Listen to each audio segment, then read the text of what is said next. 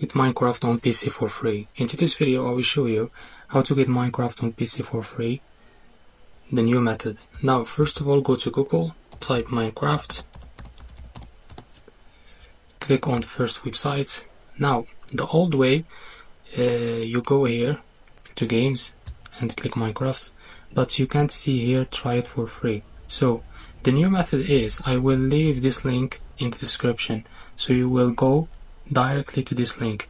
So after that, scroll down until you see this box, and you see this box marked here on Windows.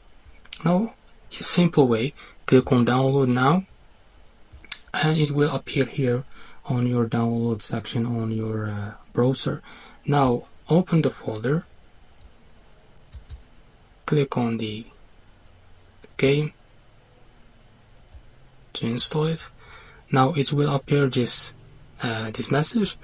Simply click on I have read and accept the Microsoft software license terms and click install, and after checking your connection, the game it will install in your PC, and congratulations for getting Minecraft on your PC for free. Thank you for watching.